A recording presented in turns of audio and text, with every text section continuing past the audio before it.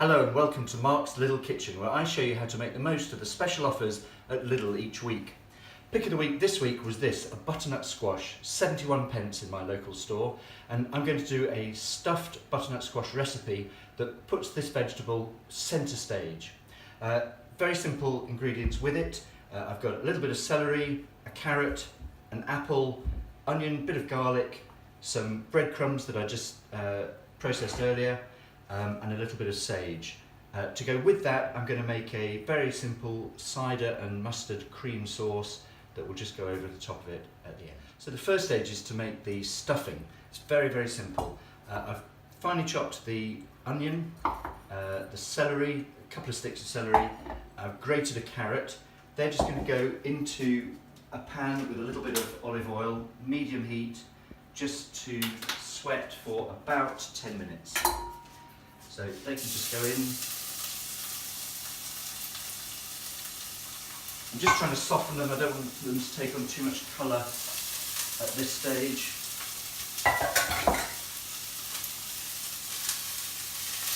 So those ingredients can go in. So that's been softening for about 5 minutes. I'm just going to grate the apple into it now. You can leave the skin on. You just want most of an apple, just really roughly grated into there. And at that stage I'm going to add some of the breadcrumbs as well, just so they start to take on a little bit of the flavour. I've got a couple of handfuls there, it's probably about 50 grams, that's plenty. Just stir that around,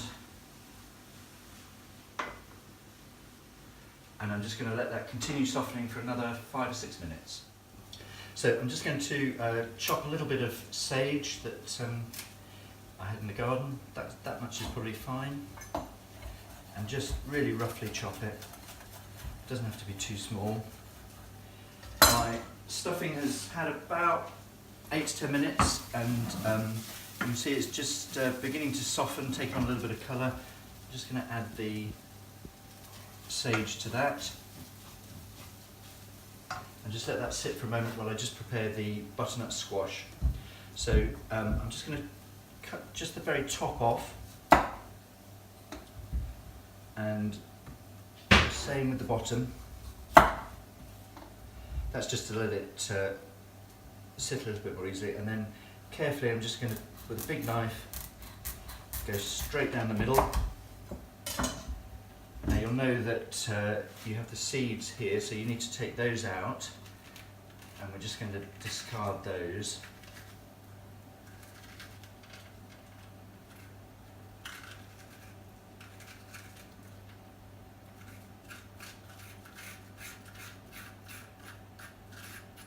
That's fine. And then I'm just going to take a little bit more of the flesh out, just so that I've got a bit more room to put the stuffing. You could probably do this with a spoon. You might need a small knife, depending on how ripe the butternut squash is. This is fine, so I'll do this with a spoon. And I'm just going to take out just a little bit more space. This extra flesh I'm going to use tomorrow in a risotto, so it won't be wasted. There we go. So we're looking for something that looks like that. I'm going to do the same with the other half, and then I'll show you how to put them two together. Okay, so I've hollowed out both halves of the butternut squash.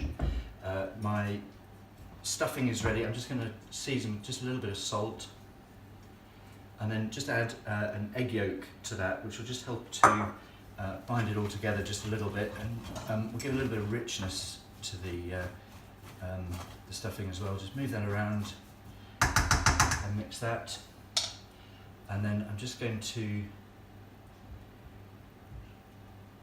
just generously stuff the butternut. I tend to put a little bit in both halves.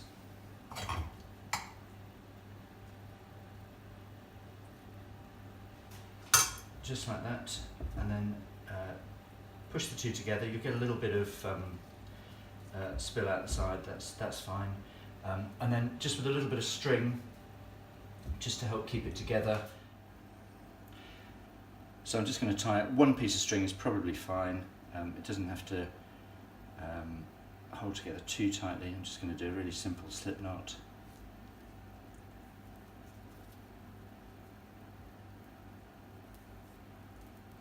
And then that's going in a roasting dish that I've just put a little bit of scrunched up tin foil in, which will just help to keep it the right way up and stop it all falling over.